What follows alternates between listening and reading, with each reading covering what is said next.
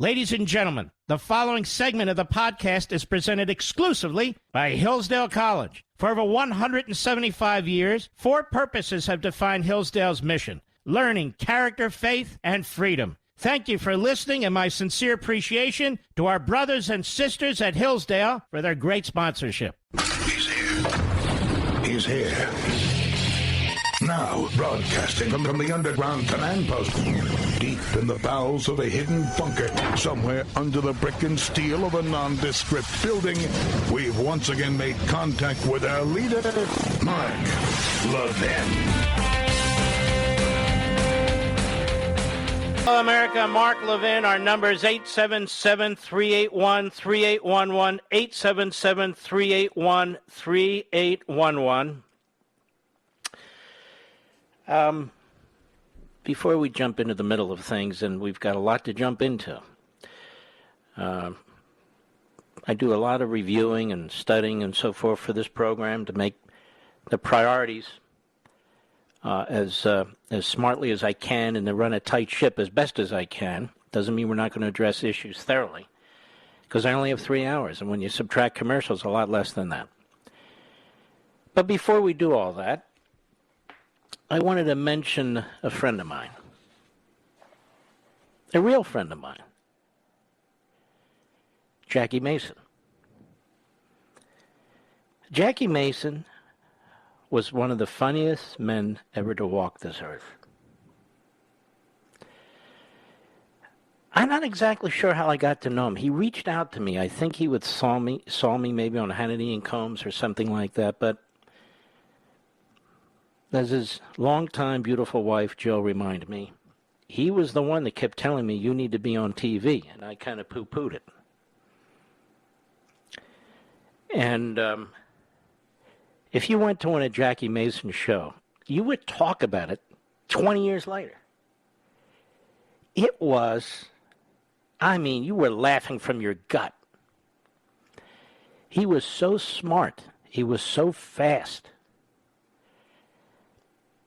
You don't see that today. You see these late-night comics who are boring, who are predictable. He wasn't that way in any respect. And he was also a tremendous patriot. He loved this country. Unparalleled love for this country. And he was a great, great, great supporter and defender of the State of Israel. He was a conservative. He was a constitutionalist. He was enormously well-read. As I said, extremely smart man. And we got to know him. In the latter years, didn't keep up as much as I should have.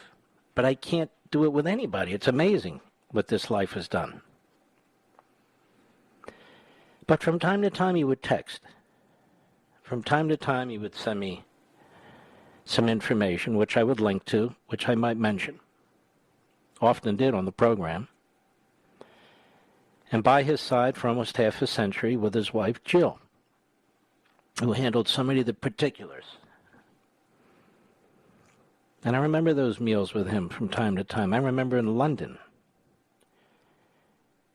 I think that was the first time we met, or out of the blue. He was doing a performance, I think, for the royal family, and he was incredibly popular in Britain, as well as the United States. And the thing is, when we would sit down, me, members of my family, Jackie Mason, his wife, sometimes a few others of his friends, he was very, very inquisitive about life generally, about the kids, family, about issues, very, very inquisitive. He didn't monopolize. In fact, he listened a lot. I did not know he was sick.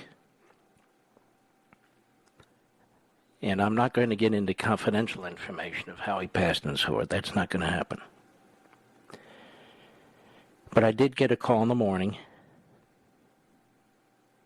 from Raoul Feller, probably his best friend.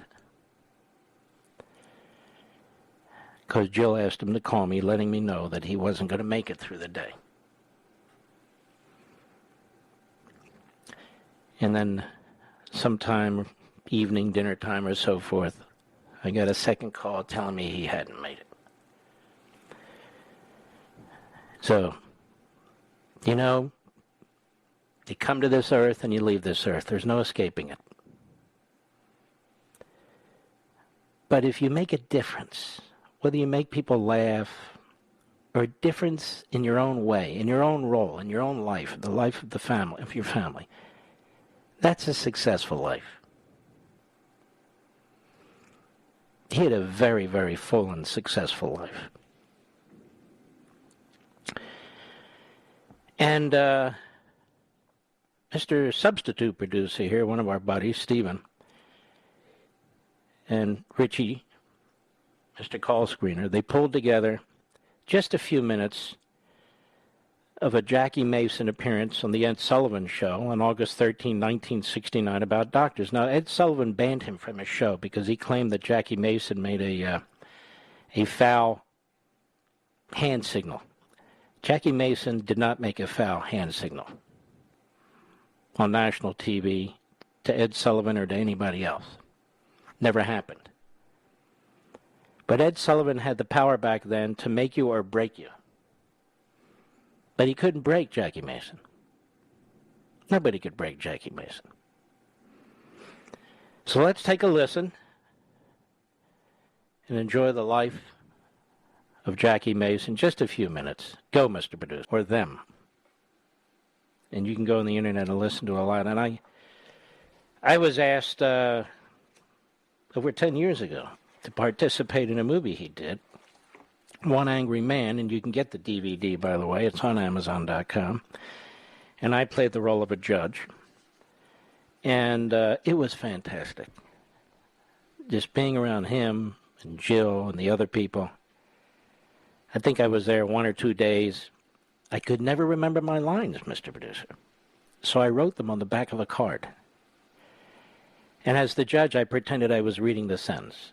He didn't care. He was having a blast. Everyone was having fun. Nicest guy you could have met.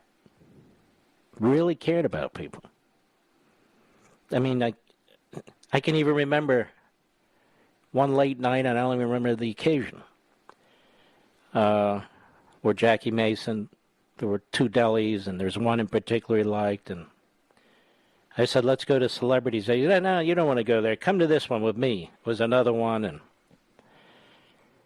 he would talk, and he was funny, but he would listen. And, you know, people say to me, how come when I meet you, you're not the same way you are when you're on the radio? I said, but in many ways I am. Like this conversation right now. Around a dinner table with friends, this is how I talk. But when the issues are so serious, when the future of the country is on the line, how can you not be passionate? Maybe you're not passionate over a steak, but how can you not be passionate? So I'm the same person. It just depends on the circumstances. He was always the same person. He wasn't always performing when he was at the table. But anyway, I know I'm not conveying this as well as I should. I just want you to know we lost a great man. In so many ways. Patriot. Brought so much happiness to so many people. And we wished him rest in peace and his family all the best. I'll be right back. Mark Levin.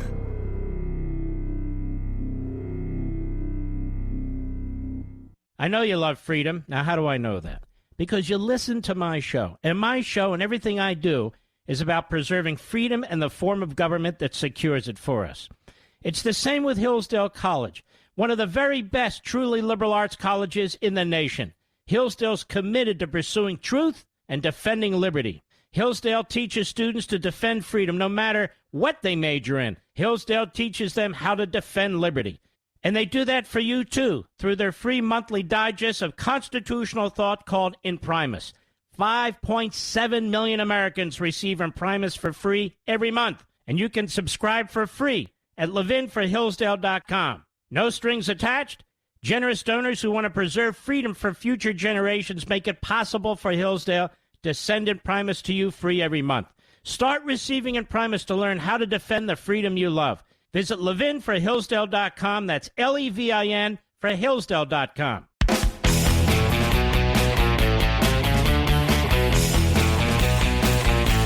You know, folks, I know some people like the Olympics. I used to like the Olympics. Not so much anymore. And I suspect the viewership in America will be way, way down. But I want to read something to you. Another judoka, that's a judo expert, drops out of the Olympics before facing Israeli opponent Tohar Boutbal. You see, Tohar Boutbal is Jewish. He was an Israeli. A second judoka due to face Tohar Boutbal has dropped out of the Tokyo Olympics.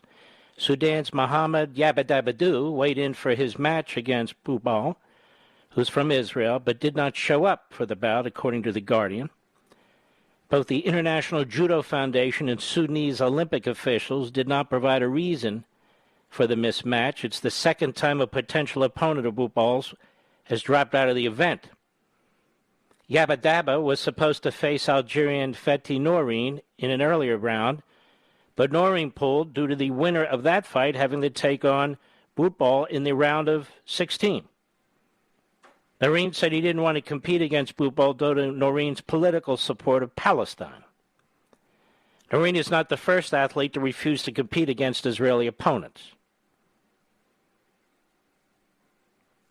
Boutbal was ranked 7th in his weight class, had a first-round bye at the start of the tournament. With Yabadaba dropping out, Boutbal will advance to the round of 16 despite not taking on a single opponent. So that's two opponents in a row who will not compete with the Israeli Jew. Have you heard this on television anywhere, Mr. Producer? I haven't. Is it being covered by network news tonight? I doubt it. By any news tonight? No. It's just the Jews. Now, Boutbal is matched up against Victor Sturpu of the Republic of Moldova. In the round of 16, Sturpu defeated Cuba's Miguel Estrada in the round of 32.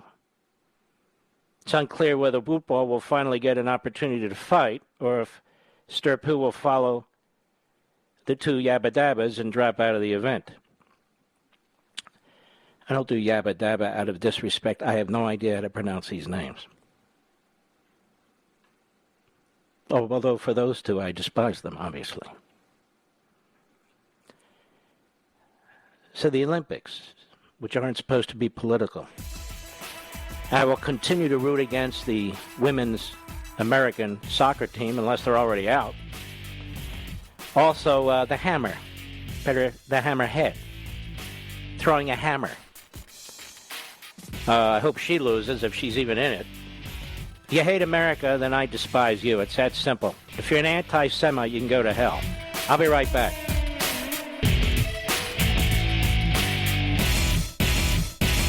I know you love freedom. Now, how do I know that? Because you listen to my show. And my show and everything I do is about preserving freedom and the form of government that secures it for us. It's the same with Hillsdale College, one of the very best truly liberal arts colleges in the nation. Hillsdale's committed to pursuing truth and defending liberty. Hillsdale teaches students to defend freedom no matter what they major in. Hillsdale teaches them how to defend liberty. And they do that for you, too, through their free monthly digest of constitutional thought called Imprimis. 5.7 million Americans receive Imprimis for free every month. And you can subscribe for free at ləʻvɪn4hillsdale.com. No strings attached. Generous donors who want to preserve freedom for future generations make it possible for Hillsdale to send Imprimis to you free every month. Start receiving Imprimis to learn how to defend the freedom you love. Visit ləʻvɪn4hillsdale.com. That's L-E-V-I-N for Hillsdale.com. Mark Levin, the voice of America. Dial in now at 877-381-3811. So I didn't know this, folks, but listening to part of the press conference today, did you know that Joe Biden has not even nominated anybody to be the FDA commissioner? Hasn't even nominated anybody to be the FDA commissioner yet. And all these corrupt reporters who have Dr. Fauci on, Dr. Fauci won't come on this program anymore. He was on with me on TV once. He will not come back. He only goes to friendly media. That's all he does. So he won't get asked this question, and I'll ask it to you myself. If all of us wear masks, vaccinated or not, whether you had the virus or not, what do we do about the million or so people who are coming across the border who have not been vaccinated and are not wearing masks? What does Dr. Fauci suggest we do about them? What do all the medical experts in the Biden administration suggest we do about that? We have a huge problem in this country, And I blame Dr. Joe Biden, I blame the Democrat Party, I blame the media, and I blame people who are around Biden every day. And I'm going to play it for you. Now, I'm not one of those that makes fun of people who have dementia or Alzheimer's or what have you. It is horrific. But I am one of those that says that there's no way Joe Biden should be president of the United States. No way. And yet the media, the Democrat Party, his wife, his inner circle know it, but cover it up. This will be one of the great scandals in history. Great scandal. I want you to listen to this. Now, Kelly O'Donnell is, a reporter, I believe, for NBC. Cut 15, go.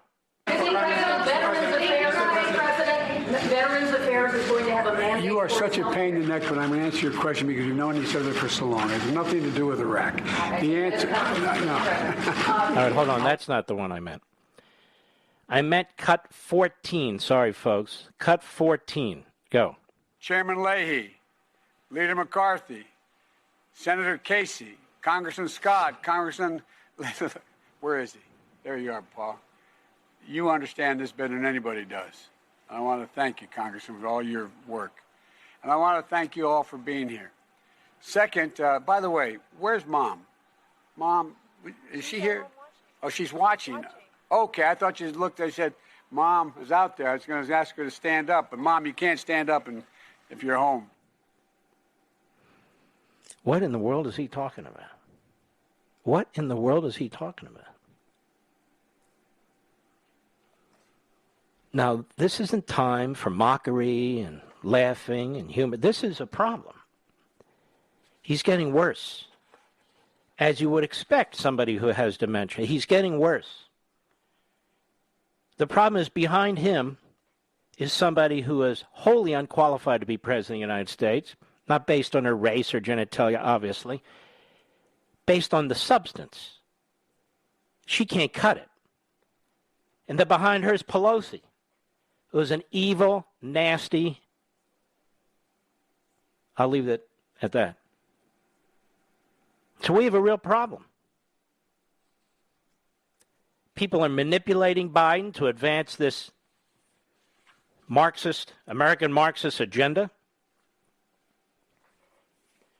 There's a reason why so many of you like Donald Trump. There's a reason why. Because he's a serious man. He's a substantive man. And he was a great president. Yes, he was.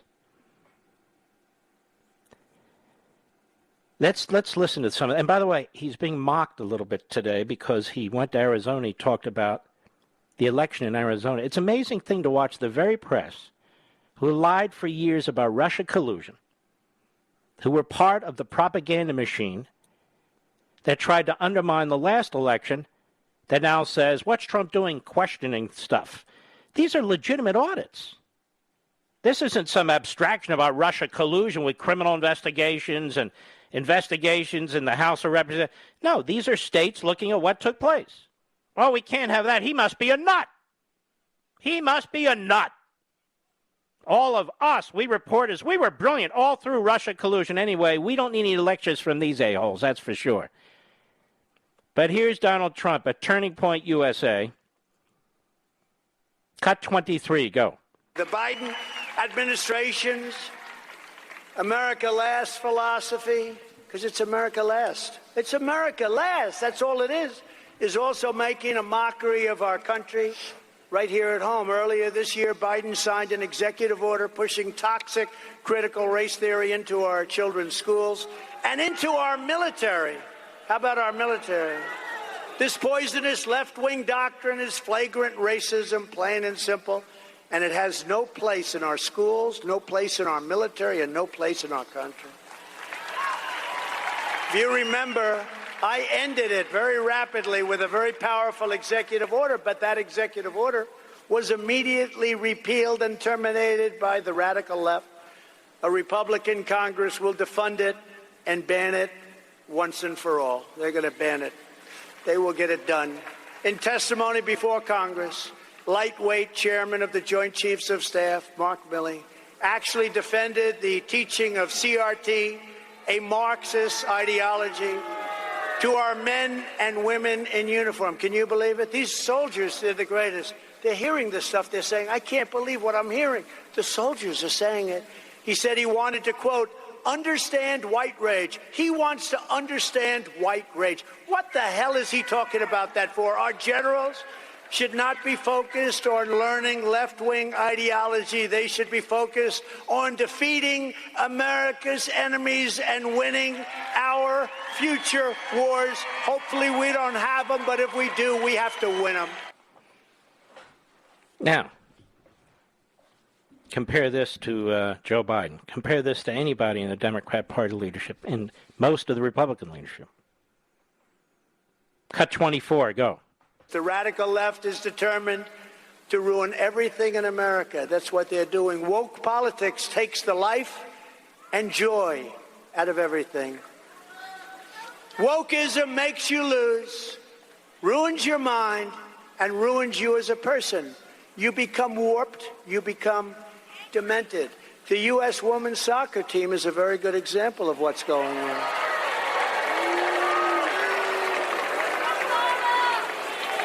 Earlier this week, they unexpectedly lost to Sweden 3-0.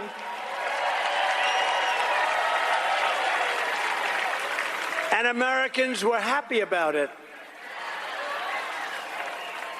You proved that point before I even said it. Now the left is in the process of destroying our national pastime, baseball. First, we saw the embarrassing spectacle of the commissioner of baseball bowing to the radical left on voter fraud. You saw what they did. You saw they moved the All-Star game. Now, one of the most beloved and storied franchises in baseball, all of baseball, I watched it as a kid at Yankee Stadium. The Cleveland Indians will be changing their name, a name that was filled with history and memories. The new name will be the Cleveland Guardians. By the way, when did Indians become a nasty word, a banned word? I'm quite serious about this. All right, go ahead. Which is terrible. The Cleveland Indians, you know, that's such a... If I were an Indian, I'd sue them Indians. I mean, what could be better? You know, especially if you have a good team, the Cleveland Indians, it's one of the greatest names, one of the most incredible logos. People loved it. They are going absolutely crazy in Ohio over the name change. The Cleveland Guardians, what's that all about? The insanity of the left knows no bounds, and both Indians and baseball fans should be greatly insulted. They want to take away our history, our heritage, our culture, and everything that holds us together. By the way, remember when Bill Clinton was in Arizona? Do you remember that? It was about 125 degrees out. Sorry to bring that up. And he has a bad heart. And he said he was playing golf, but actually he was meeting on an airplane with the Attorney General discussing Hillary. I wonder what they were discussing. Remember, he said, no, I was only there. I was only there to discuss my grandchildren and golf. Remember that? He said he was out there to play golf, but it was about 121 degrees that day, which is a little hot. What's happening to our country has sadly happened to so many others. We are at the beginning of a communist system. Radicals are seizing power and destroying everything we hold dear as Americans, and it's happening. And I said it was going to happen. It was a fantastic speech. Fantastic. Now, before we go to the break, people ask me, I want you to know something. I don't want you to be dispirited. I want you to be really quite uplifted by something. American Marxism, in the first week, sold, as you know, 400,000 copies, hardcover and all other platforms. It's unheard of. This past week, it sold another 150,000, the vast majority of which were hardcover. This is give or take, because the final numbers aren't in, likely a bit higher. That's 550,000 copies in one form or another of American Marxism in the hands of 500,000 people.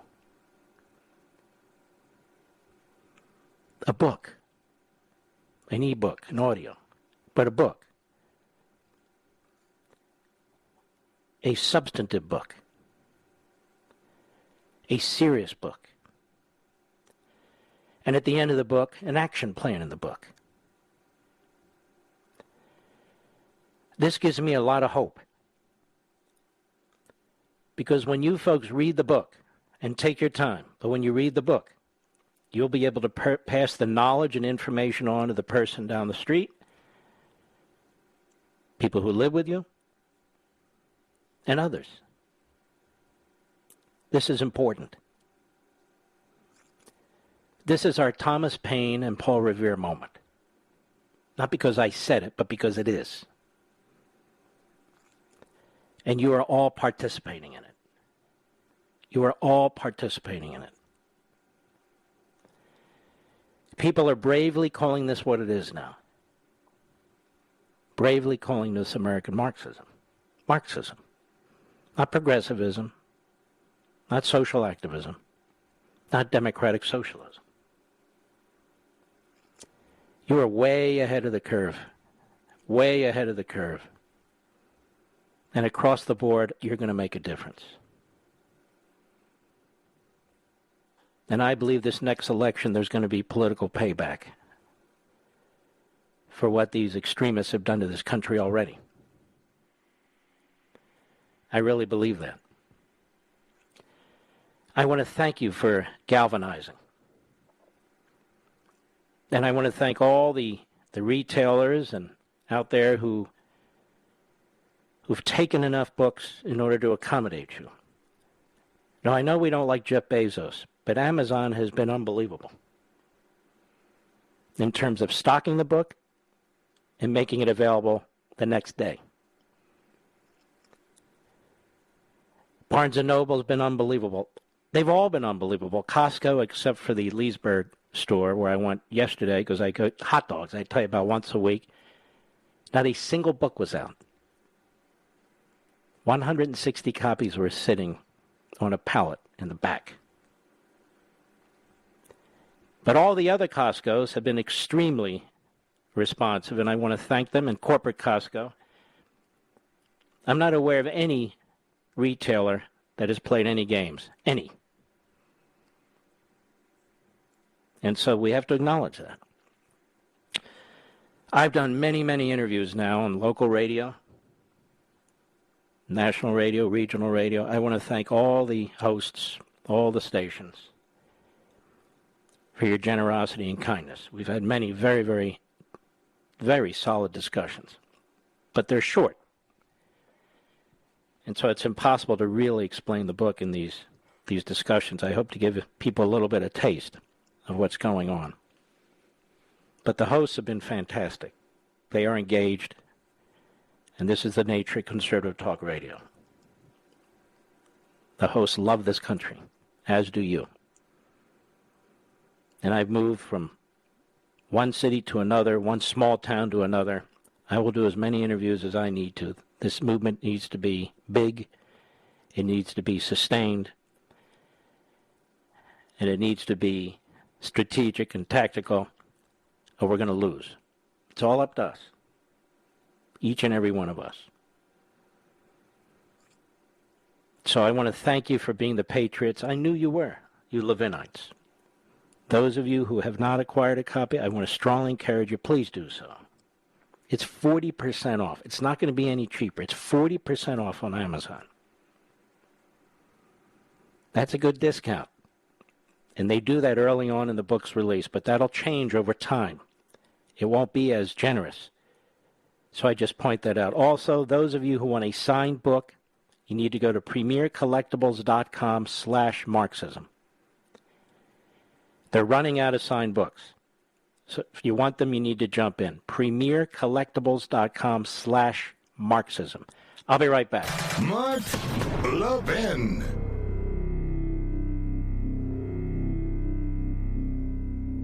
I know you love freedom. Now, how do I know that? Because you listen to my show. And my show and everything I do is about preserving freedom and the form of government that secures it for us.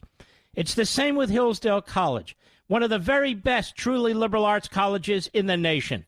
Hillsdale's committed to pursuing truth and defending liberty. Hillsdale teaches students to defend freedom no matter what they major in. Hillsdale teaches them how to defend liberty. And they do that for you, too, through their free monthly digest of constitutional thought called Imprimis. 5.7 million Americans receive Imprimis for free every month. And you can subscribe for free at ləʻvɪn4hillsdale.com. No strings attached. Generous donors who want to preserve freedom for future generations make it possible for Hillsdale to send Imprimis to you free every month. Start receiving Imprimis to learn how to defend the freedom you love. Visit ləʻvɪn4hillsdale.com. That's L-E-V-I-N for Hillsdale.com.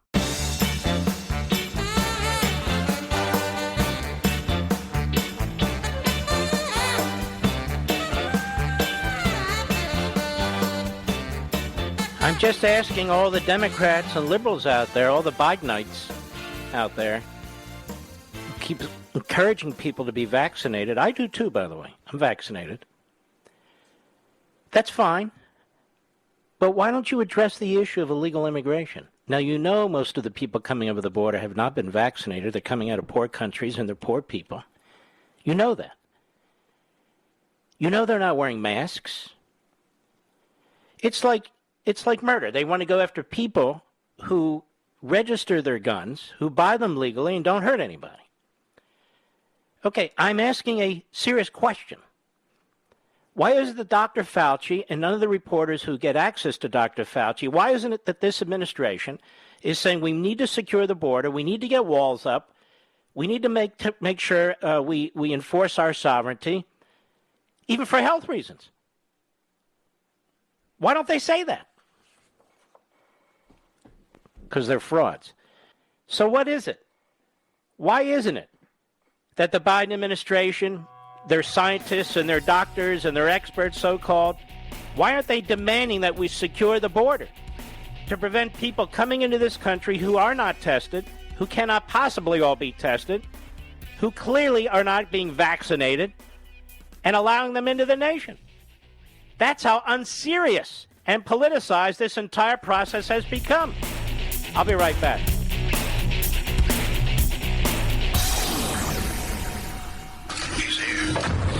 He's here. Now, broadcasting from the underground command post, deep in the bowels of a hidden bunker, somewhere under the brick and steel of a nondescript building, we've once again made contact with our leader, Mark Levin.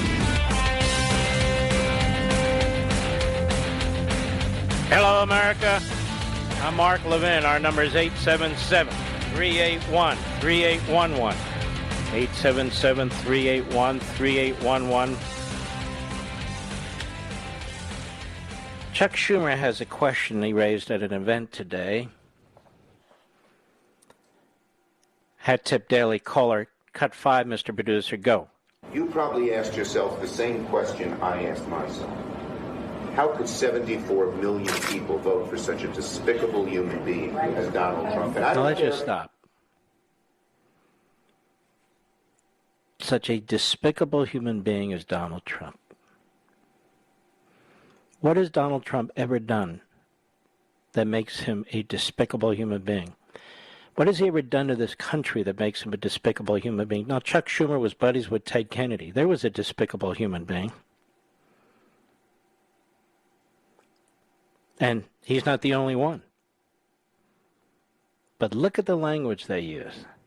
The vile, poisonous, cancerous hate. Now, he calls Donald Trump a despicable human being and other things. But he's not inciting anything, is he, ladies and gentlemen? He's not endangering President Trump, is he? No.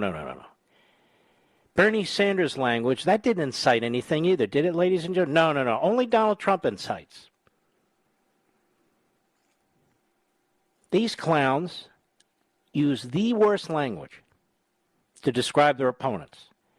They're running around with white supremacy. They're running around with a white dominant culture. They're running around all kinds of things they say about people, that you're Jim Crow if you don't agree with them nationalizing our elections and taking over the country. No. They don't support unity, and this is the kind of stuff that Liz Cheney and Adam Kinzinger are the two clowns, the fronts, to show that these people are bipartisan, of course. But nobody's fallen for this. Nobody's falling for this. Go ahead. A liberal or a conservative, Democrat or Republican, he is a vile man. He's a vile man. He's a despicable man. Outrageous. Go ahead. He is divisive. That's what he loves to do, just divide and have people. Isn't this amazing coming from him and his party? They're divisive. Chuck Schumer is yet to denounce critical race theory. He's yet to denounce Black Lives Matter, which is an anti-Semitic organization, and he's Jewish. He's yet to denounce Biden's policies toward the Islamo-Nazi regime in Tehran, which clearly threaten the United States, and, of course, Israel and the Gulf states. Go ahead. Each other. He's a racist. And he's a racist? How is Donald Trump a racist?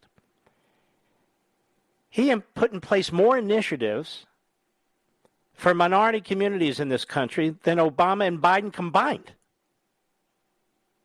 He's a racist? The number of minorities he hired and all the businesses he has? There's no evidence whatsoever to support it. It doesn't matter. You can get away with it because the utterly corrupt media are in your back pocket. Go ahead. He always appeals to shut up, you idiot. I don't even know who the hell you're talking to. Sickening. But that's okay.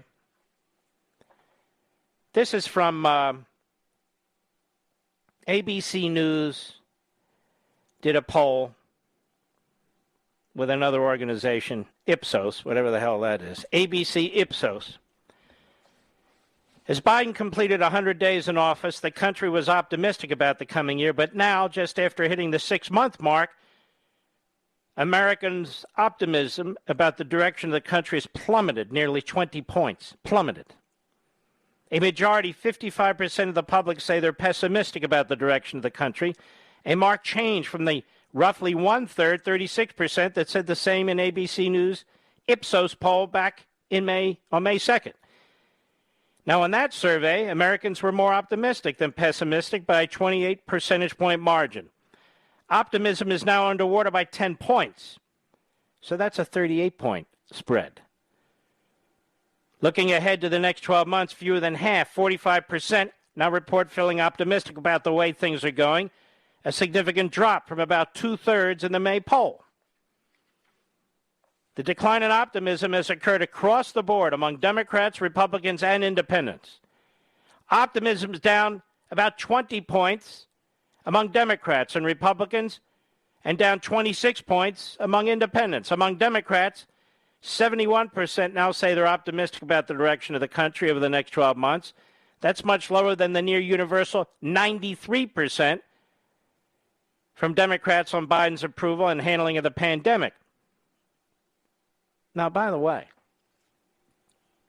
is everybody now dying as a result of the coronavirus or the Delta part of the coronavirus? Are those deaths now counted against Biden? I'm just curious. Of the vile, cold-blooded way Biden and his party and the media treated this early on before he was president. So is every death now on Biden's count? Isn't that the way it's supposed to be, ladies and gentlemen? The optimist, pessimist flip comes as Americans give Biden his lowest approval rating for his handling of the pandemic. A little over 63% approve of his response to the coronavirus, according to the poll, which was conducted again by them. Although still a majority, it's a 9-point drop from late March, the high for Biden. Everything's dropping for Biden. I told you he's a pandemic. He's a human pandemic. He's a one-man wrecking ball. And the people surrounding him are using him to advance an incredibly radical anti-American agenda. By the way, somebody asked me, so I'll answer it. How did the sales of American Marxism compare to liberty and tyranny? Now, liberty and tyranny, by the time it was all done, a few years, 1.5 million sales in all forms. In the first week, for those who care, Liberty and Tyranny sold 117,000 hardcover copies. In the first week, American Marxism sold 330,000 hardcover copies. In the second week, so far as the numbers are in, American Marxism has sold 120,000 hardcover copies. So this is a remarkable thing. In the second week of American Marxism, as many books were sold, purchased by you, as the first week of Liberty and Tyranny. Now that tells you something's going on, doesn't it, Mr. Producer? Something big is going on. You folks. That's what's going on. So all these wonderful policies that were put in place that were bearing fruit by the prior administration, the Trump administration, Biden comes in and burns them all to the ground. All of them. All of them. And not just domestic. Foreign, too. Iran's on the move. I'll get into that later. Iran is building nuclear weapons. And we had two tremendous statesmen in Benjamin Netanyahu and Donald Trump. Now we have two of the lightest of lightweights. Naftali Bennett, the Prime Minister of Israel, by crook, by hook, guy that got, 3% of the vote of the population, give or take? And Donald Trump. These two men prevented Iran from getting nuclear weapons. That is Netanyahu and Trump. And we're destroying that regime economically. Biden comes in, he goes through third country, floods billions of dollars into the regime. The Iranians, so here I'm telling you now, not later. So the Iranians are slow-walking this. They're rope-a-doping the dope. They don't want to come to the table until this happens and that happens and so forth, while they're moving at breakneck speed on producing their nuclear weapons. Bennett doesn't have the guts to stop them. Biden doesn't have the guts to stop them. They're not going to stop them. Whereas Netanyahu and Trump would have stopped them. They're not going to stop them. Now, what are we going to do when Iran has nukes? What are we going to do when China's on the move? What are we going to do with all the hypersonic warfare machine, that Putin, why are we focused on Putin? Well, he's one of the ones we need to focus on. He's focused on us while they're building those weapons. Meanwhile, we're flatlining our military. We're spending time teaching them how to be little Louis Farrakhan's.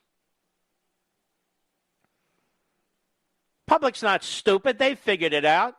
We just have to make sure the vote is honest and straightforward. You know, every Republican who wins, I've told you before, is illegitimate. Well, that George W. Bush, the Electoral College, you know that's racist, don't you? No. Well, you know that Reagan with his two massive slants? Yeah. He was signaling to the South, you know. They had a whole new Southern strategy down there. He was signaling to the racists. Excuse me, he got almost 60% of the vote. Doesn't matter.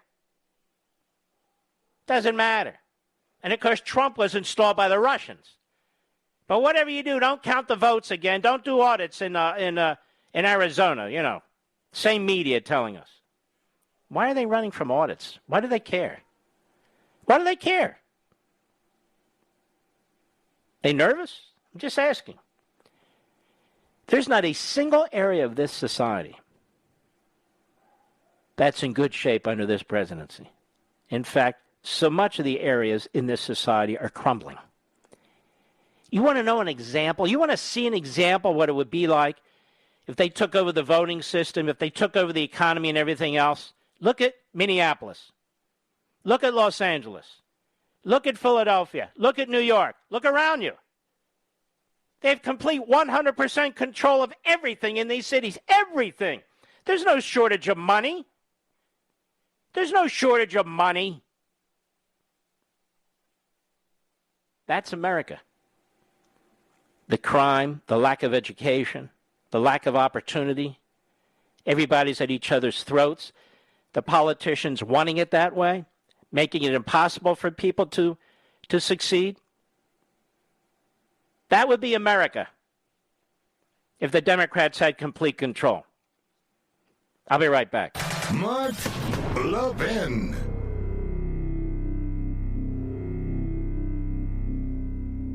Over 2,000 of you, my listeners, made the switch from overpriced wireless carriers to Pure Talk over the past few months. We want the rest of you to join us and to see what we're talking about. If you're with AT&T and Verizon or T-Mobile, your family could save over $800 a year just by switching to Pure Talk. You get great coverage, you can keep your phone and your number, and you'll save a fortune. Pure Talk is the top-rated wireless company by Consumer Affairs with the absolute best consumer service team based right here in America. Does that sound good? Well, it gets better. Right now, get unlimited talk, text, and 6 gigs of data, just $30 a month. And if you go over on data, they don't charge you for it. They don't care. Go to puretalkusa.com and enter promo code Levin Podcast. Again, puretalkusa.com, promo code Levin, Levin Podcast. And when you do, you'll save 50% off your first month. That's puretalkusa.com, promo code Levin Podcast. Pure Talk USA, simply smarter wireless.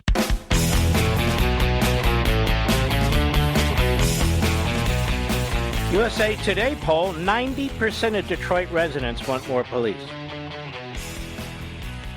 You see, folks, we're not being represented, we're being ruled.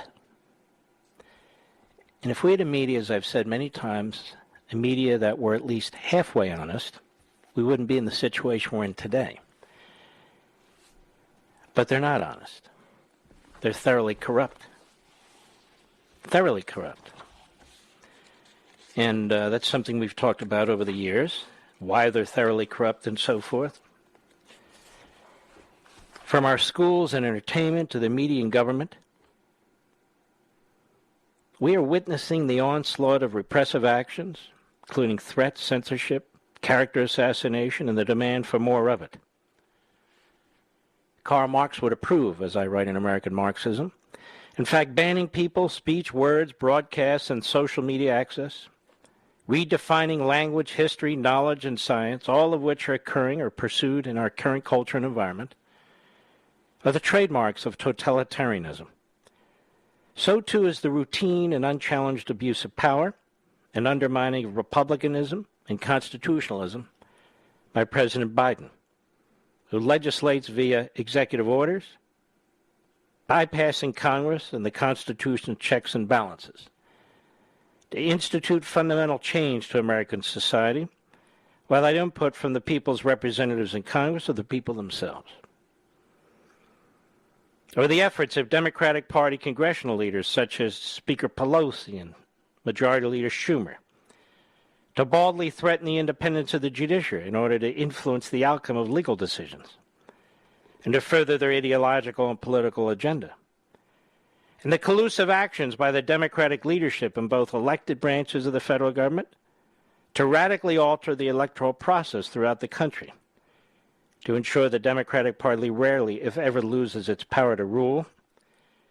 Plus, with the smallest majority in the House in decades and a tied Senate at 50-50 senators, they seek to stack the Senate with several additional Democrat seats and eliminate the filibuster rule, the purpose of which is to impose radical change on the nation without broad support from representatives of other parts of the country.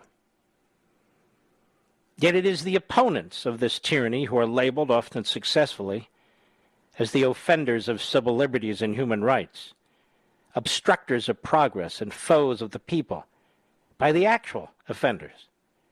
For the actual offenders have already devoured most of the instrumentalities of the state and the culture and dominate the narrative. In his book Double Talk, The Language of Communism, Harry Hodgkinson wrote, again from American Marxism, quote, "Language was to Marx the direct reality of thought. Ideas do not exist divorced from it. Language was to Marx the direct reality of thought." In other words, you can mold thought, you can mold reality. He said ideas do not exist divorced from it. In other words, propaganda. And for Joseph Stalin, the reality of thought manifests itself in language, he said. Words are tools as well as weapons, each fashioned for a precise function. The language of communism is not so much a means of explaining to an unbeliever what communism means, but an armory of weapons and tools intended to produce support or dissolve opposition to communist policies on the part of people either hostile or indifferent to them. This is why they always steal the language and change the nomenclature. The meaning of a communist word is not what you think it says, but what effect it is intended to produce and the impact it is to have on you. Now, Hodgkinson goes on, to communists, a majority has no particular sanctity and is called upon to do not what it wishes, but its duty before the court of history. Listen to that again. To communists, a majority has no particular sanctity and is called upon to do not what it wishes, but its duty before the court of history. In other words, what it's told to do. Choice between parties is a drab formality of bourgeois democracy. Democracy is generally used without a qualifying adjective. So Marxist is generally used with a qualifying adjective, he writes. So Marxist Senator Bernie Sanders uses the qualifying adjective democratic socialist. Even so, as Sanders knows, to the communists such a phrase is no more than an essential stage on the road to communism. The wave of repression sweeping our nation is not unlike the earliest days of the French, Russian, and Chinese revolutions. I want to pick up where I left off, just a few more points. This is taken from Chapter 6 of American Marxism, but I've been holding it back for months because I think it summarizes so much. We'll be right back.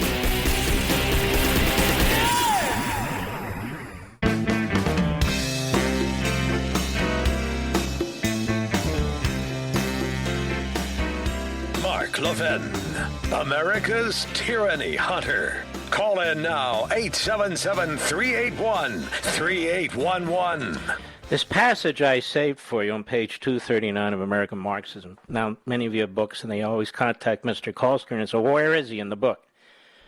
I'm not going to do, follow the bouncing ball, but this is a very important couple of paragraphs that I want to get back to. As I say, I've been holding it back, but it summarizes things importantly. Back to American Marxism. Now, this book isn't written to just promote the book. This book is written to expose an ideology, to expose how they're devouring different institutions in this country, to inform not just you, but our fellow citizens. This is the pamphlet that I hope it will be. That is, a book, modern-day pamphlet, to get into the hands and get the information into the minds as many people as possible. So I write, the wave of repression sweeping our nation is not unlike the earliest days of the French, Russian, and Chinese revolutions. All were promoted as popular movements and people's revolutions, intended to establish Rousseauian communalism and Marxist egalitarianism. But that is where the similarity ends. These revolutions were sold as liberation movements, where the masses of the proletariat would rise up against the governing tyranny and the corrupt society. They became genocidal police states. Of course, unlike the other governments and societies, America is a constitutional representative republic. Not a tyranny, not a monarchy, not a dictatorship. There's no widespread dissatisfaction in America. In fact, most Americans are patriotic and revere the country. But the forces of false liberation today are led by fanatical ideologues and activists who are the real purveyors of tyranny and even totalitarianism. They use propaganda, sabotage, and subversion in an effort to demoralize, destabilize, and ultimately destroy the existing society and culture. It is they who are repressing the liberties of their fellow citizens through what is loosely called the cancel culture. It is they who demand conformity of thought by banning differing views from social media. It is they who use the false narrative of oppressors and oppressed to stigmatize those they claim as part of the white dominant culture and silence the voices of fellow citizens. It is they who are banning words, books, products, movies, and historical symbols. It is they who are destroying the careers of doubters and boycotting the businesses of nonconformists. It is they who are undermining academic freedom and intellectual curiosity through fear and intimidation. It is they who are distorting American history and brainwashing students. It is they who demand the deplatforming of cable news networks and the muzzling of hosts. And it is they who are using and promoting racism, sexism, ageism, etc., as weapons of disunity and rebellion, while claiming to want to end them. Even worse, they are using, as I often say, America's freedom to destroy freedom, and the Constitution to destroy the Constitution.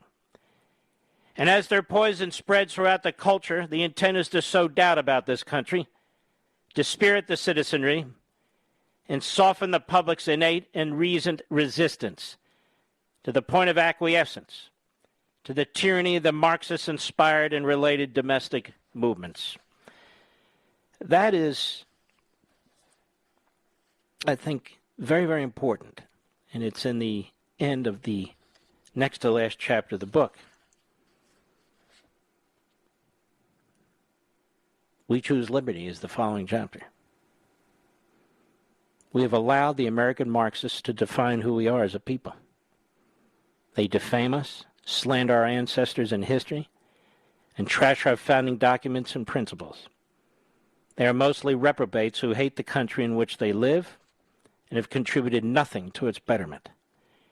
Indeed, they live off the sweat and toil of others, while they pursue a destructive and diabolical course for our nation, undermining and sabotaging virtually every institution in our society. Their ideology and worldview are based on the arguments and beliefs of a man, Karl Marx, whose writings are responsible for the enslavement, impoverishment, torture, and death of untold millions. This is a hard fact, despite the predictable protestations from some in our society who embrace and advance Marxism's core ideas, but attempt to disassociate themselves from responsibility for its inevitable outcomes. Bear with me, I'm reading with one eye. These are the useful idiots who occupy and influence our leadership positions in the Democratic Party, media, academia, and the culture. But we must take solace and find strength in the sacrifice and bravery of our early revolutionaries. Joseph Warren, Samuel Adams, John Hancock, Paul Revere, Thomas Paine, to name a few. Become energized and inspirited by the wisdom and genius of George Washington, Thomas Jefferson, John Adams, James Madison, Benjamin Franklin, and many others. While they have been smeared and degraded by American Marxists and their ilk, we must continue to celebrate them, be invigorated by them, and remember that together they defeated the most powerful military force on earth and founded the greatest and most extraordinary nation in the history of mankind. I'm not going to read you over 300 pages. There's a couple pages, the end of one chapter and the beginning of the next. This is what I'm hoping galvanizes people. I think you're going to start to see this movement take hold. Not here and there, but in most places as time goes on. I think you're going to see not a rebirth of a nation, but the birth of a movement. I can feel it, I can taste it, I can smell it. I've been involved in these before, but this is even going to be bigger, I think. In off-year elections, people are saying Virginia is the key. What happens in Virginia will tell us what happens everywhere. No, it's not true. That's simply not true. That's the media creating another template. It may be a slaughter of Democrats by Republicans. Who knows?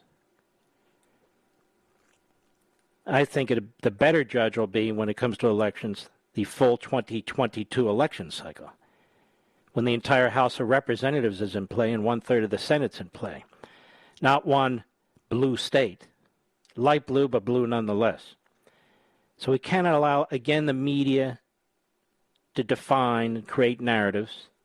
I'm not saying there wouldn't be a blowout of Democrats by Republicans in Virginia. I'm saying that's not the template. I mean, if that actually happens, that is a huge deal because Virginia is now blue. But if it doesn't, it's no reason to be dispirited. And I think that's what they're trying to do in the media. I believe that. But that isn't even really what I'm talking about. When we begin to see more and more of you and our fellow citizens showing up at local government meetings, at school board meetings, taking actions on your own or as a community against the NEA and the AFT with FOIA, possible litigation, violating the civil rights of your children when they're brainwashing them, and of course filing IRS complaints against them. We begin to see that. When we begin to see our folks, you, show up at shareholder meetings and to make a stink about what these boards of directors are doing, not just the left shows up, but we show up. When we begin to see police officers backed by us financially, bringing civil suits against members of Antifa and Black Lives Matter and other thuggish Marxist anarchist groups, whether they bring them on their own or part of a group, when we begin to see things of this sort, where people begin to boycott LeBron James and those who've gone to bed with these hellish genocidal maniacs in communist China, then we'll know there's a movement afoot. Then we'll know there's a movement afoot. I want you to know I'm here to push it. I'm here to help network it. I'm here to give it the kind of resolve that it may need, but it needs to be a bottom-up movement. And I think it is, and it's going to be. It is, and it's going to be. The first point of this movement is to call the enemy what it is, an enemy. And American Marxists. They're not American patriots. They're not American little d Democrats. They are what they are. They self-identify in some cases, but we know who they are in other cases based on what they promote. And the book explains all of it. So those of you who are in for this struggle, I'm not talking about violence and armed and all the rest. I have to keep saying that because, these morons are listening. Oh, look what he's promoting. I never promote violence, ever. Never have, never will. They do that. But the more of us, the bigger this citizenry of patriots can grow, the more of us there are, then the more certain I am that they're going to lose. We're losing now. They're beating us now. But I sincerely believe they have awakened the sleeping giant. That's you. And that you are looking at this book and you're going to the back of the book and you're getting ideas and you're getting excited and you're becoming more and more motivated and you want to talk to your neighbors and maybe form what I call these community committees to, folks, we have a relatively still, until they win, open system. We need to take advantage of this. We need to take advantage of the systems that were defended by our founding fathers, or created and defended by one generation after another. They're open to us too. They're open to us too. You see the Marxist left in this country go in there and try and break them down and destroy them and devour them. Well, we don't have to tolerate that. We can go into these systems too, whether it's school boards or shareholder meetings. They're open. But we're going to have to do a lot more. Again, I can't go over it every night, but you understand when you look at it. And many of you are already, which is why we need to network and we need to spread the word. We need to be a force to reckon with and not care what names they call us. All red-blooded Americans. I don't give a damn what color you are. That's their game, not mine. I don't give a damn what your background is. That's their game, not mine. I don't care if you've been a citizen for 14 seconds or the fifth generation of citizens. If you believe in liberty in this country and you've had enough, I'm with you and we're in this together. I'll be right back. Mark Levin.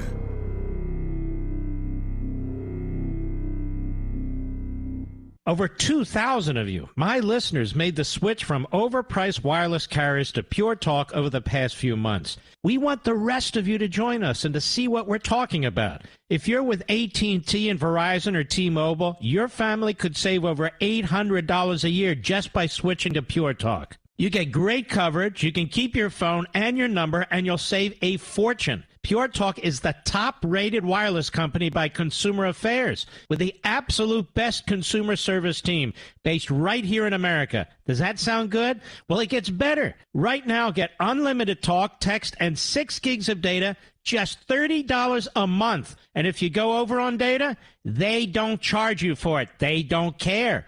Go to puretalkusa.com and enter promo code Levin Podcast. Again, puretalkusa.com, promo code Levin, Levin Podcast. And when you do, you'll save 50% off your first month. That's puretalkusa.com, promo code Levin Podcast. Pure Talk USA, simply smarter wireless.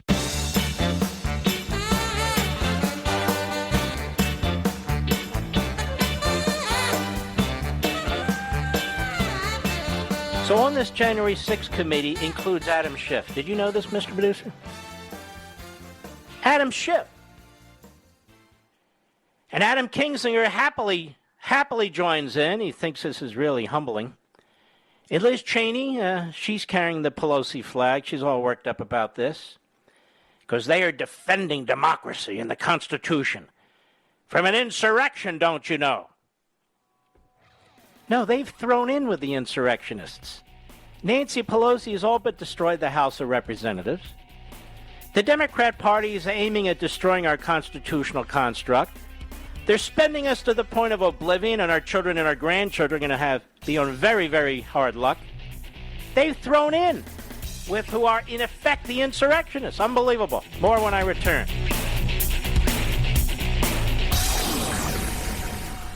Ladies and gentlemen, this final hour of the podcast is sponsored exclusively by AMAC, the Association of Mature American Citizens. Now over 2 million conservative members strong, AMAC believes in and stands up for the values that we care about: faith, family, and freedom. Thank you for listening, and please support AMAC. And you can become a member at amac.us/join. He's here. He's here. Now, broadcasting from the underground command post, deep in the bowels of a hidden bunker, somewhere under the brick and steel of a nondescript building, we've once again made contact with our leader, Mark Levin.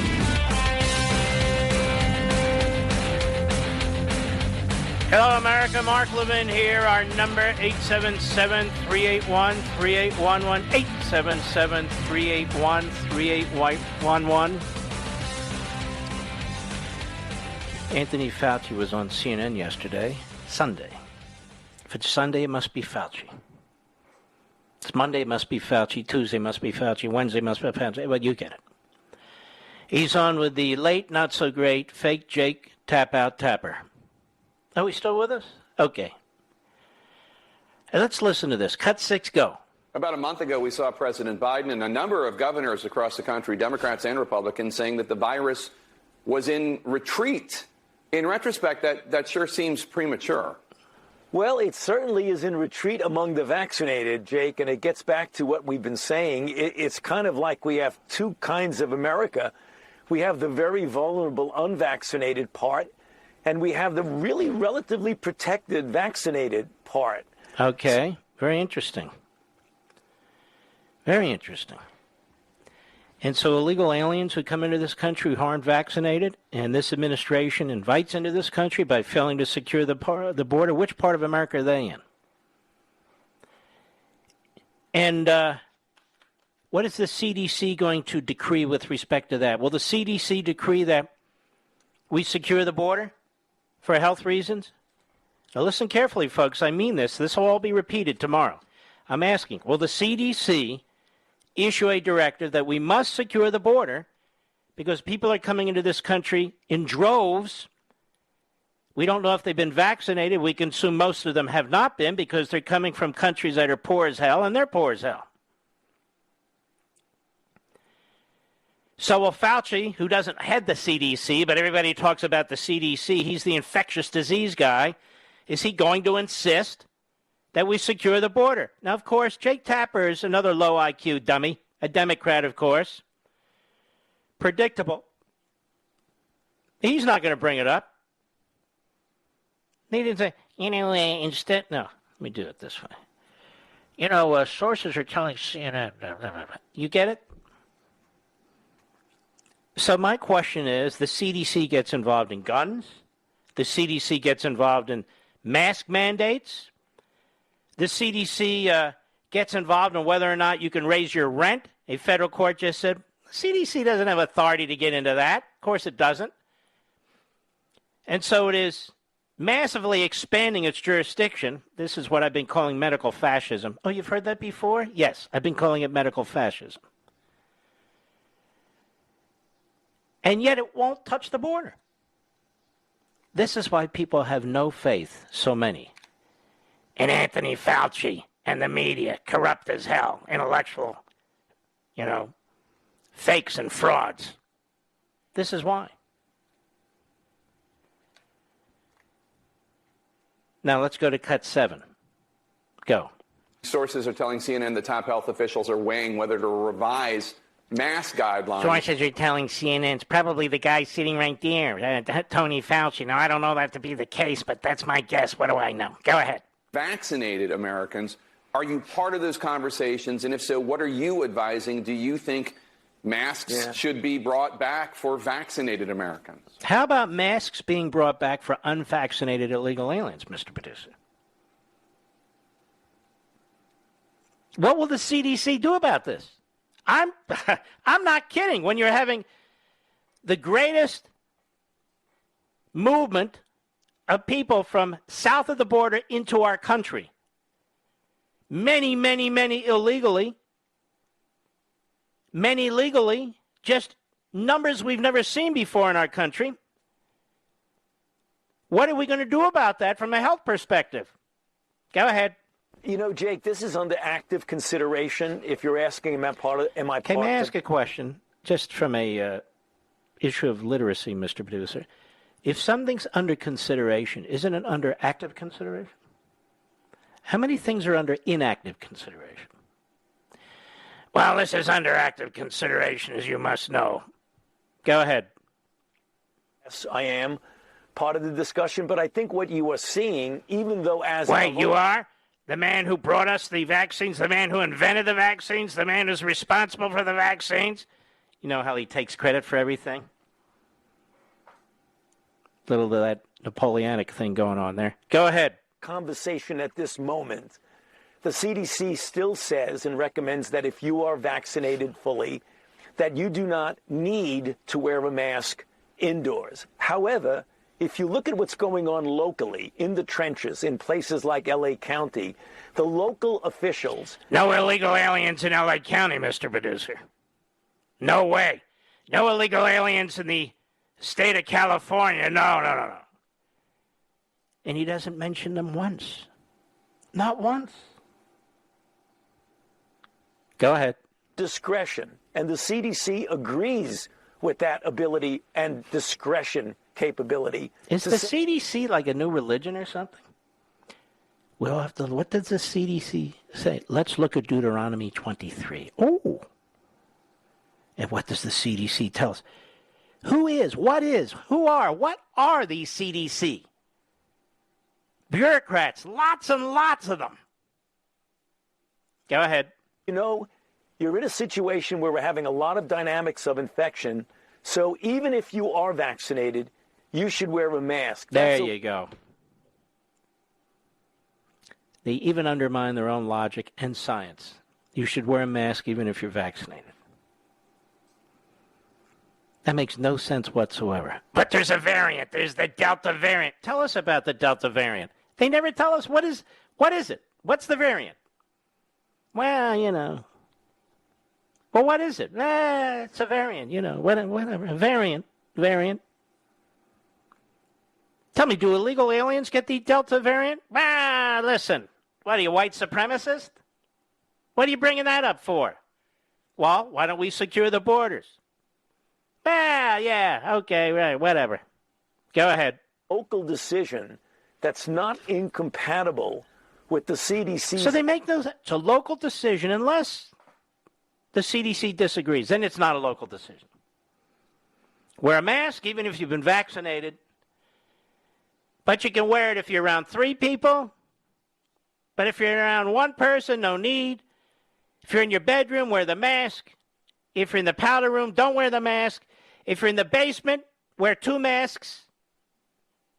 I'm sounding like my buddy Jackie Mason, aren't I? Isn't that amazing how that creeps up on you? It really does. It's in your head. That's why he was so brilliant, by the way. Anyway, go ahead. Overall recommendations that give a lot of discretion to the locals. And we're seeing that in L.A., we're seeing it in Chicago. Yeah, you're talking in circles. You make no sense. You make no sense. This guy is at the tip of the pyramid of a massive bureaucracy. People don't realize how big these bureaucracies are. So he doesn't have any dirt under his fingernails. He's giving speeches all the time. You know, Jake, this is under active consideration. So if you're asking, am I part of the discussion? Yes, I'm part of the discussion. But I think what you're seeing, even though as of our conversation at this moment, the CDC still says and recommends that if you're vaccinated fully, that you do not need to wear a mask indoors. Well, isn't that nice? However, who the hell's going to wear a mask indoors if they're vaccinated? But if you look at what's going on locally in the trenches in places like L.A. County, the local officials have the discretion, and the CDC agrees with that ability and discretion capability to say, you know, you're in a situation where we're having a lot of dynamics of infection. What the hell does that mean? Yeah, you know, Jake, even if you're vaccinated, you should wear a mask. That's a local decision that's not incompatible with the CDC's overall recommendations that give a lot of discretion to the locals. Ooh. And we're seeing that in L.A., we're seeing it in Chicago, we're seeing it in New Orleans. because the officials there, many of them are saying, even if you're vaccinated, it's prudent to wear a mask indoors. That's a local decision. May I ask you a question, ladies and gentlemen? Every time I see Fauci, he's indoors. He's not wearing a mask. Is he? No, he's not. He's not wearing a mask. But for the 50th time, so all the backbenchers can hear me, how come he never discussed illegal aliens and what's coming across the border in terms of COVID and other diseases? How come? I'll be right back. Mark Levin.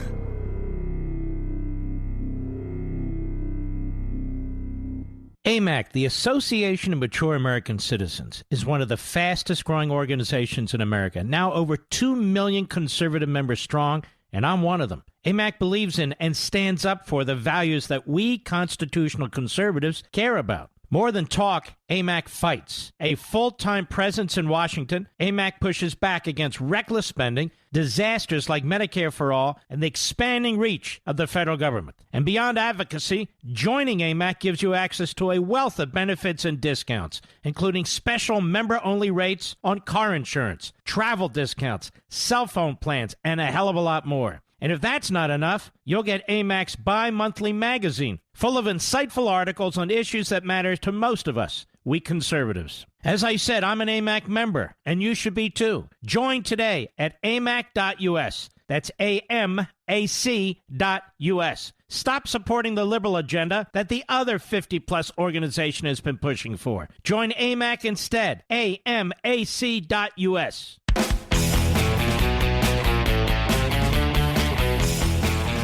During the break, I did a little bit of digging.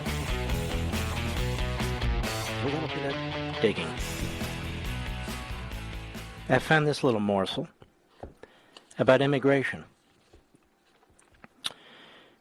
And this comes out of a book. I want you to listen to this. Health costs and risks are also growing throughout the nation. The late Madeline Pellner Cosman wrote, quote, "By default, we grant health passes to illegal aliens. By default, we grant health passes to illegal aliens. Yet many illegal aliens harbor fatal diseases that American medicine fought and vanished long ago, such as drug-resistant tuberculosis, malaria, leprosy, plague, polio, dung." Cosman noted, the Emergency Medical Treatment and Active Labor Act requires every emergency department to treat anyone who enters with an emergency, including cough, headache, hangnail, cardiac arrest, herniated lumbar disc, drug addiction, alcohol overdose, gunshot wound, automobile trauma, human virus, positive infection, mental problem, or personality disorder. The definition of emergency is flexible and vague enough to include almost any condition. This is federal law.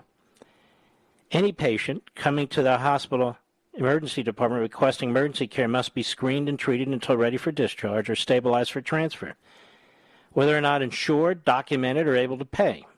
A woman in labor must remain to deliver her child.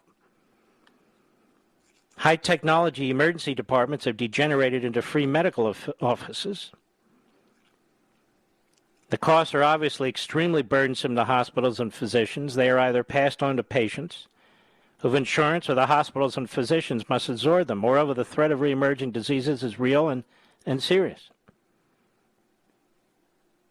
Now, this is from Liberty and Tyranny, 12 and a half years ago, pages 168 and 169. That passage in specific was attacked by the left.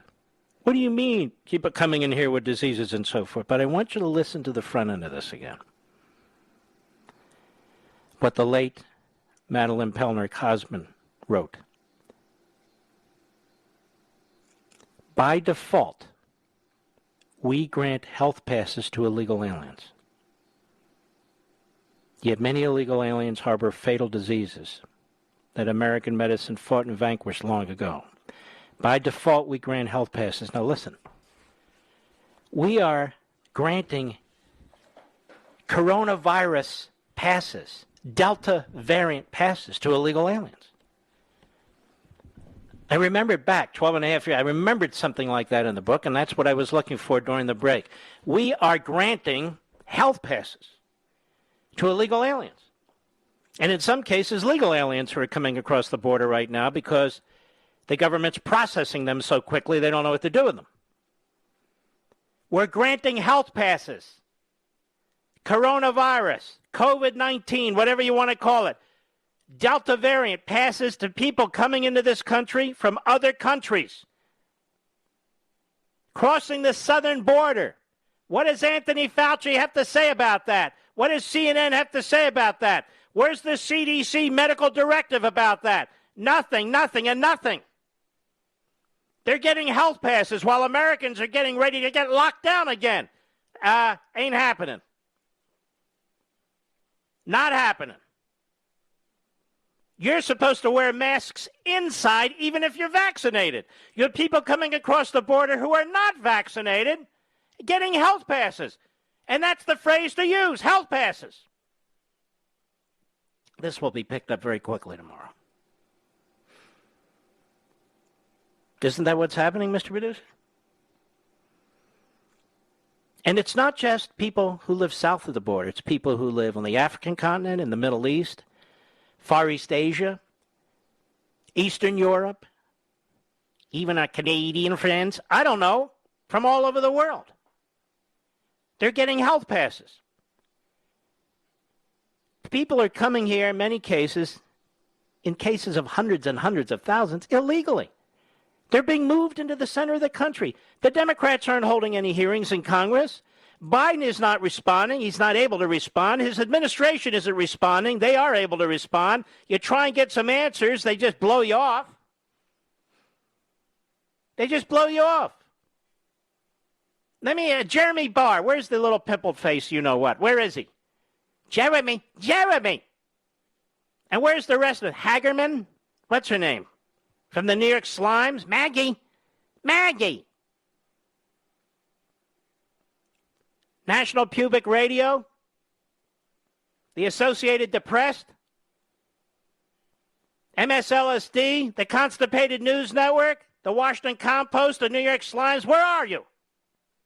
Well, we're busy writing articles in defense of Biden. The question's a simple one. Why are aliens getting health passes? When the CDC with Anthony Fauci, whatever the hell is, well, they're having a discussion about mandating masks. How about we mandate the enforcement of our immigration laws? No, we can't do that. Can't do that. Can't secure the border. No, we can't do that. Why not? There's certainly no pressure for it, is there, folks? Not from the media and so forth and so on. So I'm going to keep hitting this point. Now, here we have Jen Psaki at the White House, a bigger puppet and moron there never has been. Cut 8, go. Does the president favor restrictions for unvaccinated people when it comes to restaurants, museums, concerts? Now, I don't know who this reporter is, but does the president favor restrictions for unvaccinated people? Now we have a whole new class of human beings. A whole new class of human beings that we're supposed to put down and look down on. Now, there's a lot of reasons people don't get vaccinated. Some of them are health-related. Some of them literally are mental-related. Or they've had this already. Or does the president favor restrictions for unvaccinated people when it comes to restaurants, museums, and concerts? And what else? Immigration? No, we're not going to ask that. No, we're focused on the American citizen, boy. We got to hammer the hell out of them. We got to divide them, slice and dice them, and so forth. Remember, people coming into this country are better than American citizens. Oh. Go on. The president favors using the CDC as his North Star and what the health and medical experts are going to advise on how to save more lives and protect people. Really? So no. And are they going to talk about immigration at all? Psaki, as they save lives and protect more people? Are they going? Go ahead. Doesn't think that there should be restrictions on unvaccinated people like some other countries have. Listen to this reporter. Oh, she really believes in freedom, doesn't she? Hey, aren't there going to be more? You know what we need? We need like prison camps. We'll just start rounding up people who aren't vaccinated or they can't prove that they were vaccinated. I mean, after all, we need to protect the population and save lives, you know? So in addition to destroying free speech and the First Amendment, we have to destroy freedom of assembly. You should be able to assemble with us. No. So if you don't want to be vaccinated, just crawl over the southern border and surrender as an illegal alien. I'll be right back.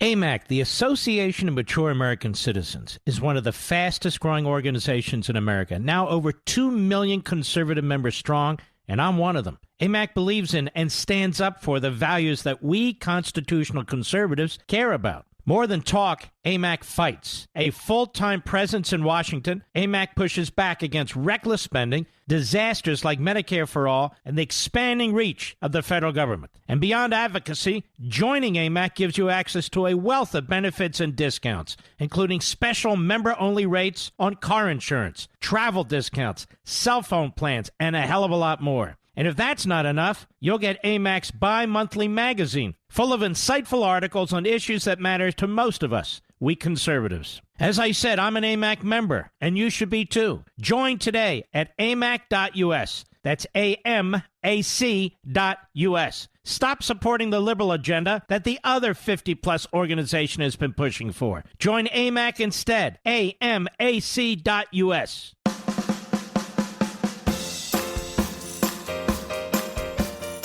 This is where liberalism ends and liberty begins. The Mark Levin Show at 877-381-3811. All right, let's take some calls, shall we? Yes, I can. Josh, Kansas City, Missouri, the great KCMO. Josh, how are you, sir? Good, yes, Mark. sir. How are you doing tonight? Good, thank you. I don't know if you remember me. I called a couple weeks ago, and you and I got into it about the new voter laws, and I said they were voter suppression. Well, I wanted to call back and tell you that I am wrong. I was wrong, and I apologize.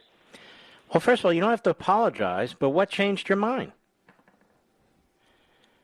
Well, I looked into the laws, and I was unaware that these laws were pretty much the rule of the land before COVID, and actually they're even more expansive even from before COVID. And I was completely unaware of that. I bought into that mainstream propaganda, and I looked into that, and I was like, oh, I'm totally wrong. And then kind of led me, I also bought American Marxism just to see what else I've been wrong about. Wow. So Hey, let me tell you something, Josh. Here's what separates you from the left-wing pack. That is, you said, all right, this guy kind of beat me up a little bit. Let me see if he's wrong and if I'm right. That is, whether you're right and I'm wrong. And you did some digging and you said, well, now, wait a minute. These laws that they're putting in place are post-coronavirus, but they're actually more liberal than the laws that were in place in the first place. Nobody's being stopped from voting. And I want to thank you for that. As a matter of fact, I'm going to send you a signed copy of American Marxism. Give the one you bought to somebody else so they'll read it too, okay? Thank you, Mark. I appreciate that. I appreciate that a ton. Another thing I thought was crazy real fast was this Herbert Marcuse guy. That's the critical theory and the different theories. That's amazing. Well, not in a good way, but. No, it's frightening. And, man, I'm going to tell you what, you made my night. There you are. You've learned from the book. You've looked at this stuff. When you called, it just sounded like you were kind of a knee-jerk lefty, and now you're digging in. Because I am convinced if people dig in, if they dig in and look, like in the first 6 chapters, they dig in and look, like at the voting issues and so forth, we'll win 2 out of 3 of them over. So, Josh, don't hang up. Mr. Producer, make sure he gets a signed copy of American Marxism. Isn't that great, folks? That's exactly my point. Let's go to Bob, Medina, Ohio, on the Mark Levin app. Bob, how are you, sir? You're on. Mr. Levin. You've made my whole year. Tears could have come to my eyes last night when I saw the show where you exposed. This is Life, Liberty, and Levin on Fox. Yes, I went to Sam's Club. My wife bought the last Marxist book that you printed. I wanted to buy 6 more. They're out. They were out about as soon as they received them. I will not buy from Amazon. I do not want them to be on their target. But, you know, you can go online on Barnes & Noble and get it. That's a lot of what these retail stores, and maybe Sam's for all I know, a lot of these retail stores, you can go online and get them. And I am getting a little concerned that these stores went out of books and they're not quickly, they have enough, putting them back on the shelves. Anyway, you go ahead. I'm sorry, Bob. Yeah, I have a little relationship with them, and I asked them to order in a dozen, and I would take them all. But in the meantime, the New York Times, I've known for years the atrocities, and it seems like the Semites are the worst anti-Semitics. I mean, it's all confusing to me. I know, but Hitler wasn't a Semite. What the problem is, and I understand your confusion, I really do, because I get confused by it too. I just figure the more people have information, the better off we are. And I thought it was important to lead the show last night on Fox with information most people do not have unless they listen to this show. That the New York Times was involved in not just not merely covering up, but was involved in these genocidal activities with their not just coverage, their propaganda, and nobody's ever held them to account. In other words, we have these brilliant professors who've written about it and so forth, none of whom will come on my show, by the way. They're too frightened. But I pointed out, and the New York Times is the gold standard. The New York Times is a disgusting, diabolical corporation. That's exactly what it is. Don't you agree, Bob? It's unbelievable. And also NPR taxpayer supported, and I think they're the beginning of all this going downhill. And I thank God for Mark Levin is trying to save our country, and the Rush Limbaughs, and those folks are beautiful. But NPR is on 1,000 of our campuses. I don't get it. I mean, why should our Congress fund them and fund Planned Parenthood? We shouldn't, but we have weak Republicans. We have some strong Republicans, but they're outnumbered. And when we control Congress and control the presidency, you have people like McConnell and let's pick all their fights. But what you and I are saying and other people are saying is this is propaganda. This is where we allow the left to have a format that's subsidized by we and the government when we have thousands and thousands of radio stations and channels. We don't need to have government-sponsored radio. Bob, I want to thank you. Don't hang up. You're going to get a signed copy of American Marxism. Don't hang up, please. Let us continue, shall we? I think we can. Let's go to Dave, Cross Lake, Minnesota. Cross Lake, Minnesota, XM Satellite. Dave, how are you? I'm well, Mark. Thank you for taking my call. And I wanted to call, Mark, and just say thank you. Last week you casually mentioned Cloward Piven, and it was quite casual. I just want to thank you for doing that because you're the only one with a nationwide microphone that has ever said that. To me, the writing... Now, in all fairness, Glenn Beck hammered these guys for a long time. But I also, in the book, I really try to expose them, and particularly...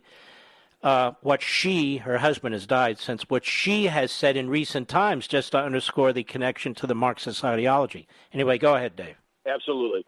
I was going to say absolutely, because in my mind, that is their playbook. That's exactly what they're doing, collapsing the system, whether it's local policing replaced with a federal police force, whether it's just what you said earlier with all the illegals and this, health certificate kind of thing, collapse the private medical system. Replace it with government. And to me, I see that dot to dot to dot to dot lining up linearly where they're trying to collapse this part, that part, where government is the only answer. I agree with you. I really appreciate it. If you haven't read the book, you're going to love the book. So don't hang up. I'm going to send you a signed copy of the book. Don't hang up. Now, folks, I don't have enough books to give to everybody. I'm limited on what I get.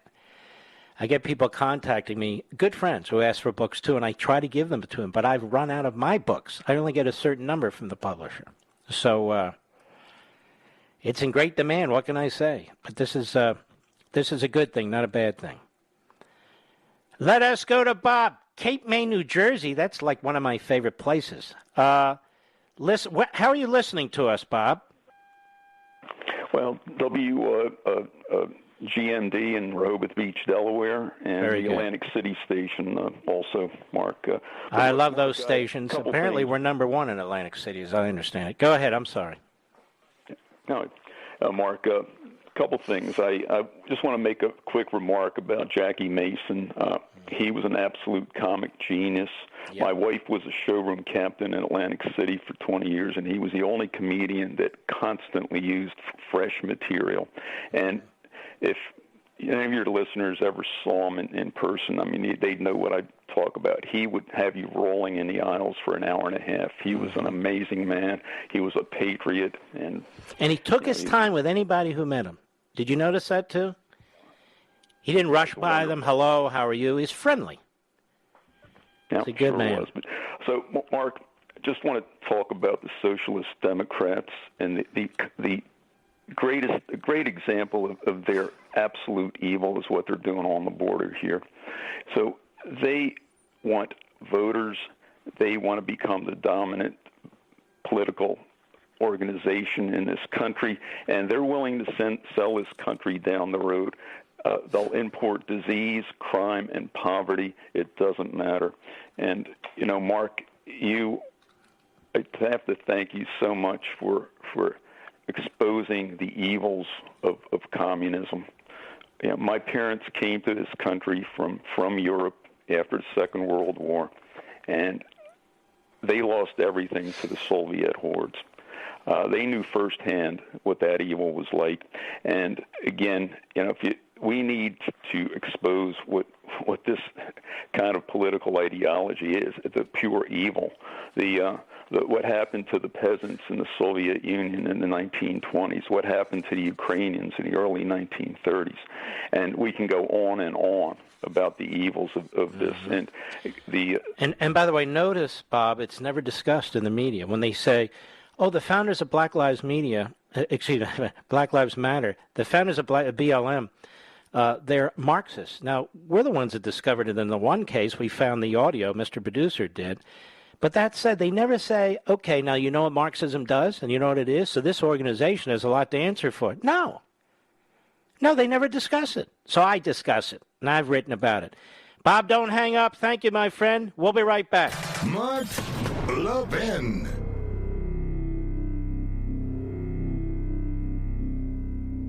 AMAC, the Association of Mature American Citizens, is one of the fastest-growing organizations in America, now over 2 million conservative members strong, and I'm one of them. AMAC believes in and stands up for the values that we constitutional conservatives care about. More than talk, AMAC fights. A full-time presence in Washington, AMAC pushes back against reckless spending, disasters like Medicare for All, and the expanding reach of the federal government. And beyond advocacy, joining AMAC gives you access to a wealth of benefits and discounts, including special member-only rates on car insurance, travel discounts, cell phone plans, and a hell of a lot more. And if that's not enough, you'll get AMAC's bi-monthly magazine, full of insightful articles on issues that matter to most of us, we conservatives. As I said, I'm an AMAC member, and you should be too. Join today at amac.us. That's AMAC.us.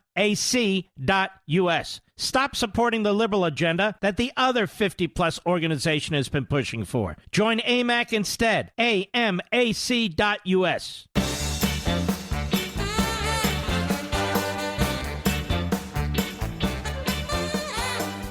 By the way, folks, if you go into one of these large retail stores and you don't see American Marxism there, or they say they don't have it, it's not true. Ask the general manager to bring out the books. I'm not saying this is a problem, but there's a couple places it's been very odd. So whether it's a Costco or a Walmart or whatever it is, if you don't see any books stacked up, there's something wrong. I know it's selling quickly, but they have plenty of books back on pallets and so forth. I ran into that in Leesburg, Virginia over the weekend. And there were 160 books sitting in a pallet in the back, and none of them up front. And as you know, Saturday and Sunday are the busiest days for that particular outlet, or most outlets. Also, if you're running into problems, just go to Amazon.com, or Barnes & Noble has an online service too, so does Walmart. If you have a reason that you don't want to use Amazon, but I will tell you that the vast majority of you are using Amazon. It's for the convenience, and it's 40% off. And I have to say, Amazon is not in any respect restricting or obstructing your access to this book. So Fastest way you can get it in your hands at the cheapest price, that may be what you want to do. Or if you happen to be in one of these stores, that's great too.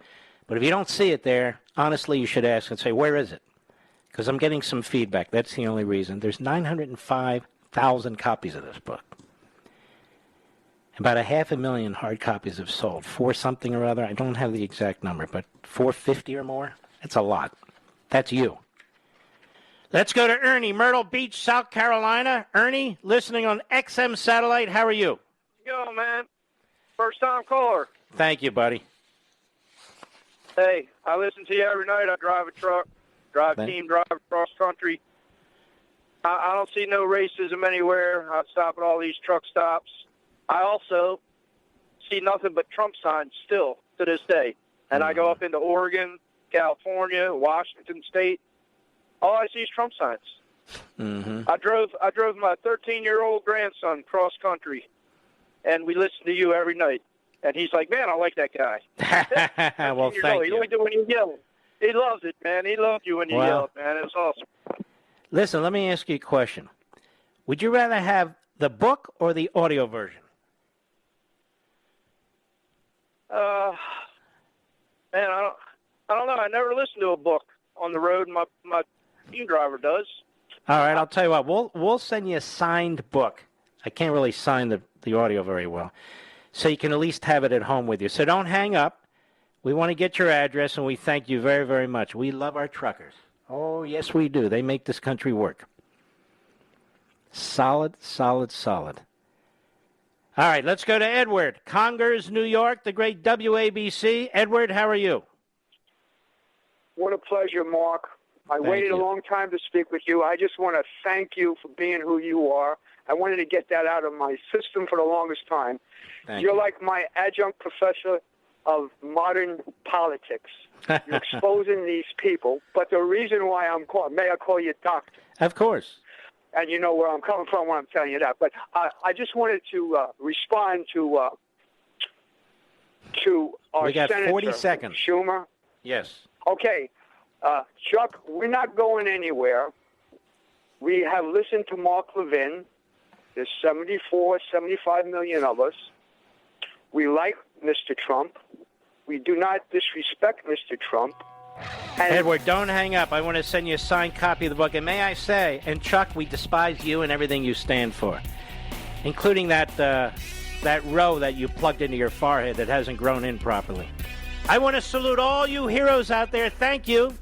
Please jump onto Amazon or somewhere and get your copy before the price goes up.